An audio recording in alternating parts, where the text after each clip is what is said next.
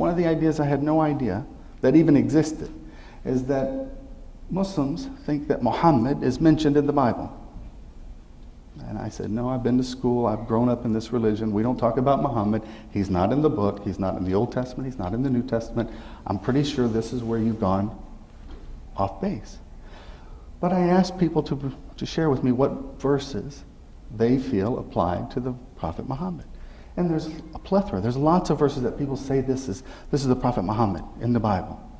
And you go read the verse, and it may not say the prophet by name, but it mentions somebody's going to do something at a certain time in a certain way. And as I read these verses, I'm thinking, whatever you want to interpret, anybody can come up with any conclusion they want. But for me, I wanted to know what the Christian would say to the Muslim in response. So I got the best answers I could to explain each verse. And as I heard the argument of, this is the Prophet Muhammad, here's his life, here's his story, here's where he's coming from, here's what he's going to do, here's how he's going to do it, here's what he's going to say. All of this started to persuade me that my book that I believed in was actually ordering me to follow this person that I didn't even recognize. And not only did it order me to follow him, it was so specific as to what and who and how in every way that this person was the person who he claimed to be, Muhammad, and that Christians and Jews were told to follow once he came. So this show isn't long enough for me to explain the real meaning of what they have, but I'm just saying in a very simple manner that Jesus was very clear as to who he was, why he came, and what he did. And in my opinion, he ordered Muslims to follow Muhammad. I'll give you this one verse. Give us to us. In John, 16th chapter of John in the Bible, I'll use the King James Version, Jesus is speaking to his disciples about things to come. And he said, nevertheless, I tell you the truth. It's expedient for me, Jesus, to go. For if I do not go, the Comforter will not come.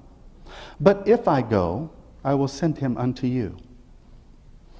And then a few verses later it says, and he, the Spirit of truth, will not speak of himself, but what he hears he shall speak, and he shall guide you unto all truth. Now I have a Muslim audience in front of me right now. If I ask you, what did Jesus mean in that verse, who would he be referring to? Muhammad. If I ask a Christian, they wouldn't bat an eye. They would say that is the Comforter, the Holy Ghost. Right? So he's saying the Holy Ghost is coming, this Trinity, God the Father, the Son, the Holy Ghost, these three in one. There's not three, but they're the same. So I'll tell the Christian, well, let's read the verse with clarity so that we're clear on your position, right? Jesus is God, God the Father is God, and the Holy Ghost is God. If we read the verse with just simplicity, we say God said to the Jews. He said, it's expedient for God to go, for if God does not go, God will not come. But if God goes, God will send God unto you. Then later it says, and God, the Spirit of truth, will not speak of God's self, but what God hears, God shall speak, and God shall guide you into all truth. I don't have to explain that. Yeah. And when you look at the Bible and you take out this gymnastics of what words mean or what they can't mean and how they mean things, it becomes clear what it's telling you to do. It's saying there's one God, there's a heaven, there's a hell, there's a day of judgment, there's a person who's coming after Jesus who's going to do these things. From where he's going to come, the city, the people, the tribe, the things he's going to do, you can't mistake it. You would have to ignore it, bury it, run from it, as to accept it. It's got to be lucid. It's got to be clear. It can't be now esoteric, as you said, and let's just, it's confusion, mental gymnastics to make it work. God's message got to be clear. You can take it for what it says, and it tells you to be a Muslim. One who is submitted to the will of God. Mm-hmm.